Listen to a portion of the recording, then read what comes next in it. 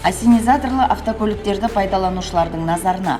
Құрметті Шымкент қаласының тұрғындары, Су ресурстары маркетинг жауапкершілігі шектеулі серіктестігінің әкімшілігі ассенизаторлы машиналардан сарқынды суды қабылдау станциясының күн сайын сағат 9:00-ден 21:00-ге дейін жұмыс істейтінін хабарлайды. Түнгі уақытта кәріз ағынды су қабылданбайды. Сонымен қатар зиянды заттардың, атап айтқанда аммиак, күкірт сутегі, жануарлардың қаны және басқа да улы заттар рұқсат етілген шектен асатын ағынды кәрізді әкелетін ас машиналардың иелеріне қатысты талап қатаңдатылады. Себебі рұқсат етілмейтін қалдықтардың кәрізге төгілуі тазарту қондырғылары кешенінің жұмысында күрделілік туғызып отыр. Нәтижесінде жағымсыз иіс пайда болуда. Қазіргі уақытта Су ресурстары маркетинг жауапкершілігі шектеулі серіктестігінің сынақ зертханасының қызметкерлері әрбір ас машинасы төгетін ағынды су сынамаларын алып жатыр. Тек 3 күннің ішінде 48 заң бұзушылығы анықталған.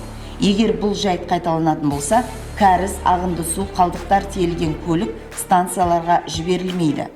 Ағынды суды су бұру жүйесіне қабылдау жөніндегі 2015 жылғы 20 сәуірде нөмірі 546 ережесіне сәйкес, ағынды қалдықтарды алдымен техникалық сумен сұйылту керек.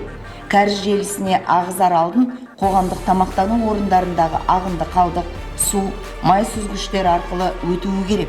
Ал көлік жуу жағдайында ағынды су жергілікті тазарту қондырғылары арқылы өткізілуі керек. Бұл талап.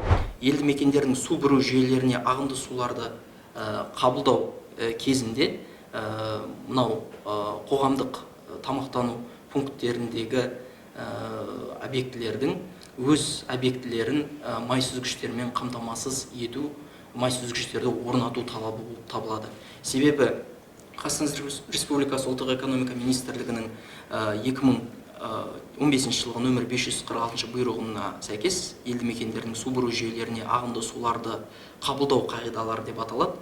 Осы ереженің 8 пунктіне сәйкес көрсетілген май сүзгіш, ол құрамында май бар ағынды суларды су бұру желісіне ағызу алдында оқшау тазалауға арналған құрылғы ретінде көзделген.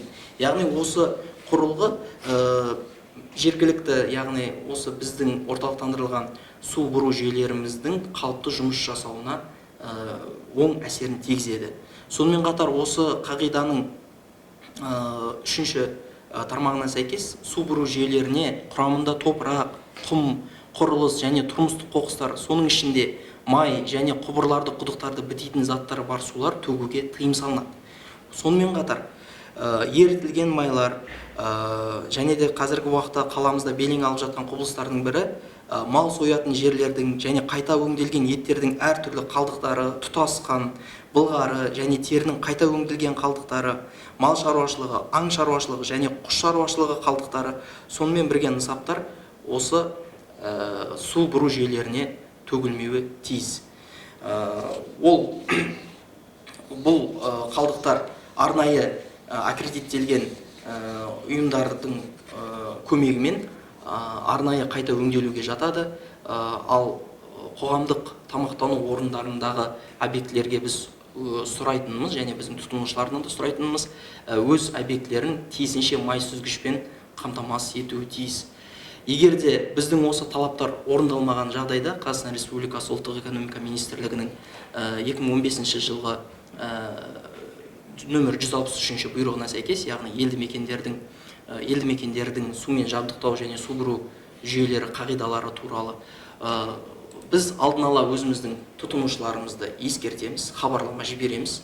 Яғни біздің талаптарды орындау туралы, техникалық шарттардың талаптарын орындау туралы. Егер де тұтынушылардың тарапынан біздің жіберген хабарлама өз еркімен орындалмаған жағдайда, онда біздің